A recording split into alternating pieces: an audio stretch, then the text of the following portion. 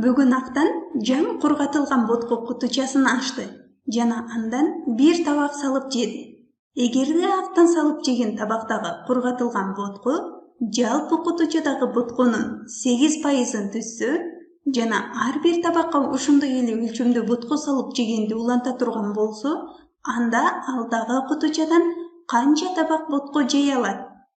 Алгач видеону токтотуп туруп, маселени өз алдынча аткарып көр. Анда эмесе кеттик.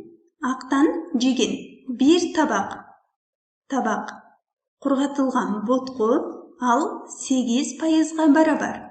Ал эми Актан бүгүн жаңы кутучаны ачты. Демек бул жаңы кутуча 100%ды түзөт деп алабыз. Бул 100%дык нерседен демек Актан бүгүн 8%ын гана жеди. Демек 100дөн кеметип алабыз 8%ды. Бизде калды 92%дык кургатылган ботко. Бул 92%дык кургатылган ботконун ар биринде Актан 8%ын жей турган болсо, анда ал канча табак ботко жей ала тургандыгын эсептей алабыз. Демек 92%ды бөлүп алабыз 8%га.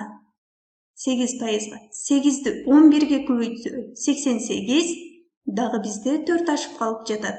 Демек 92'ни 8'ge бөлсө 11,5'ге барабар. Демек Актан бул кутучадан дагы 11,5 табак кургатылган боткону жей алат.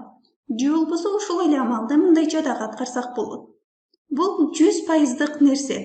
100%дык нерсени биз 100 даанага барабар деп эсептеп алсак болот. Актан бүгүн анда бул 100 даананын 8 даанасын жеди. Демек 8'di кемитип алабыз. 100дөн 8'di кемитсе 92. Демек бизде калды дагы 92 даана. 92'ни бөлүп алабыз.